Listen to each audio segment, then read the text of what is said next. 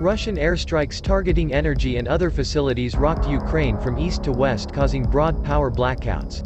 A senior official warned that the situation was critical, and urged Ukrainians to hang in there as neighborhoods went dark. The aerial assault, which resulted in at least one death in a residential building in the capital, Kyiv, followed days of euphoria in Ukraine sparked by one of its biggest military successes in the nearly 9-month war, the retaking last week of the southern city of Kherson. At least a dozen regions reported strikes, which caused multiple emergency blackouts. A Ukrainian Air Force spokesman said Russia fired around 100 missiles. President Volodymyr Zelensky put the number at 85.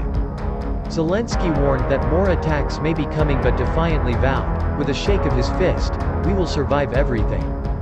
A senior official, Kyrylo Tymoshenko, said the barrage was another planned attack on energy infrastructure facilities. Most of the hits were recorded in the center and in the north of the country. In the capital, the situation is very difficult, Tymoshenko wrote on Telegram. As its battlefield losses mount, Russia has in recent months increasingly resorted to targeting Ukraine's power grid, seemingly hoping to turn the approach of winter into a weapon by leaving people in the cold and dark.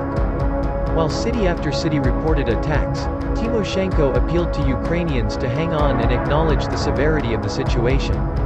Among regions where officials reported strikes were Lviv, Zhytomyr, Khmelnytsky and Rivne in the west, and Kharkiv, Ukraine's second-largest city in the northeast. Several missile strikes also hit Kryvyi Rih, Zelensky's native city, according to its mayor, Alexander Vilkel. In Kyiv, Mayor Vitaly Klitschko said authorities found a body in one of 3 residential buildings that were struck in the capital, where emergency blackouts were also announced by power provider DTEK.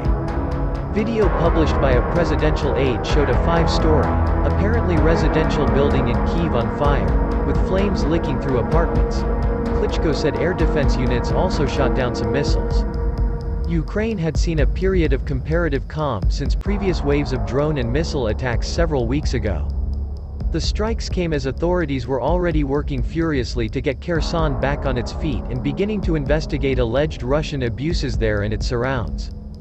The southern city is without power and water, and the head of the UN Human Rights Office's monitoring mission in Ukraine, Matilda Bogner, on Tuesday decried a dire humanitarian situation there. Speaking from Kyiv, Bogner said her teams are looking to travel to Kherson to try to verify allegations of nearly 80 cases of enforced disappearances and arbitrary detention it has turned up in the area and understand whether the scale is in fact larger than what we have documented already.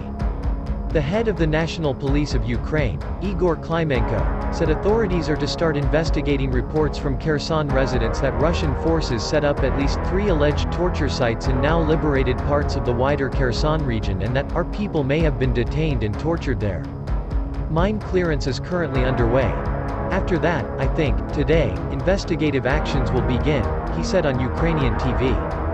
The retaking of Kherson was one of Ukraine's biggest successes in the nearly 9-month-old Russian invasion and dealt another stinging blow to the Kremlin. But large parts of eastern and southern Ukraine remain under Russian control and fighting continues. Zelensky on Tuesday likened the recapture of the Kherson to the Allied landings in France on D-Day in World War II, saying both were watersheds on the road to eventual victory. It's like, for example, D-Day, the landing of the Allies in Normandy.